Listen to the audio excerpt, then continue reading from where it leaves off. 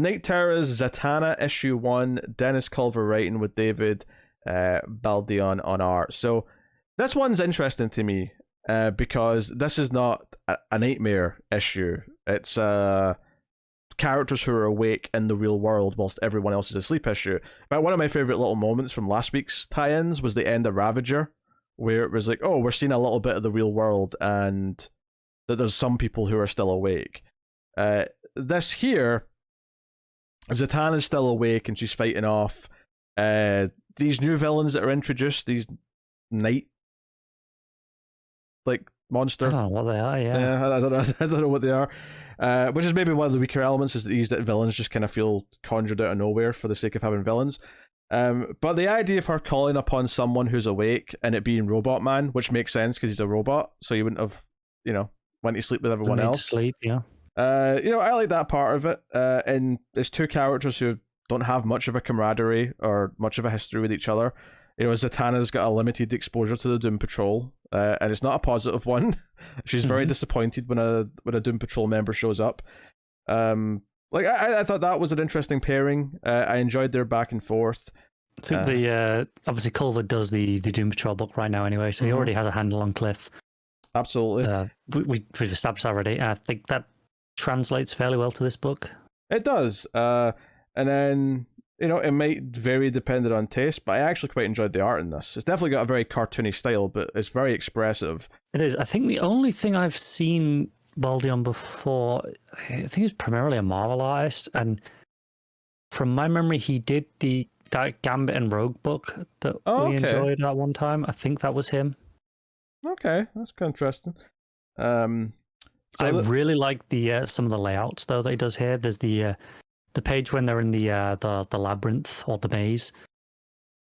Yeah, and it uses like some of the passageways as the panels, but the whole page is the maze. I think that's just ignore all the writing on it and just the art. I think is a phenomenal page in the way that's structured. Yeah, they're fighting these villains. They go into a secret passageway that leads to a maze, which leads to the magic safe room that they're trying to get to. Along the way, though, the nightmares start to show up around them. So basically, it conjures as dead people from their past that are trying to, mess with them and make them sort of lose sight of what they're doing.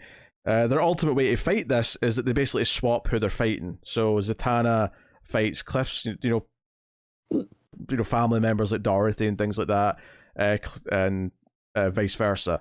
The big one being Zatara. Zombie Zatara shows up and starts telling her that she's, a disappointment, that she's not good at anything, so on and so on. But I think I definitely enjoyed this issue because I like the camaraderie between the two characters, which was nice, and also because it was set in the real world and not in a nightmare, it felt like it was more of a proper tie-in book. Which is to say, it's got a ceiling. Don't get me wrong; it's not like an amazing story, but it's a more interesting and relevant slice of what's going on, because it's like, oh no, these are characters in the real world who are trying to deal with this crisis that's happening, as opposed to just going through a series of their greatest hits in nightmare form. Yeah, I think this is one of the best tie-ins so far, and I don't know how much of that is it's actually better written, or how much of that is just it breaks the format and it feels refreshing in comparison to the rest of them. Well, I mean, I think the voices for the characters are great. We kind of said that because Culver's already writing Doom Patrol. But Zatanna sounds good as well. Yeah, but I also really like the art. So I think it's got all the building blocks of a solid issue.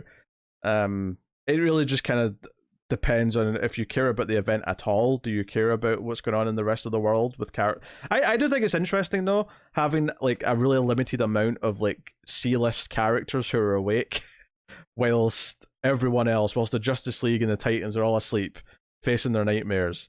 It is kind of interesting to have Dead Man, Zatanna, Robot Man being the ones kind of try to keep the world in line whilst all this is going on. Obviously, the end of the issue is that these night demon dudes infect Robot Man and he becomes a villain for issue 2.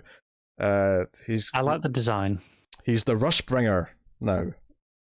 Yeah, apparently. I like the design of what they've done to him.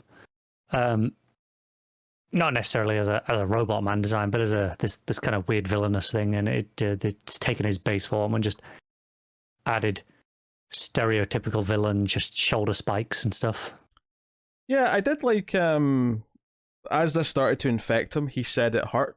And at that end, if you know Robot Man, and if you've ever read any Doom Patrol, you'll know that he never feels pain. So it actually felt kind of important that he's like, this hurts. Yeah, it felt like that landed for me. So I appreciated that.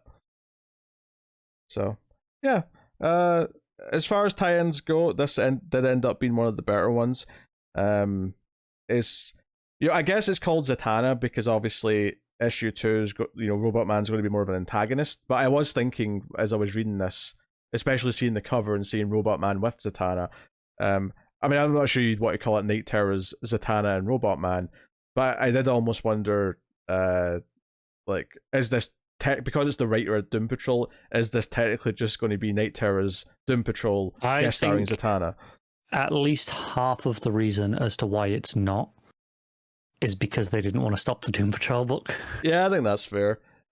Just because that's a mini with its own pacing, they don't want to just interrupt that. And like I say, it's very clear that going into issue 2 of this, that Zatanna is the main character and is going to be the one who's trying to fix things.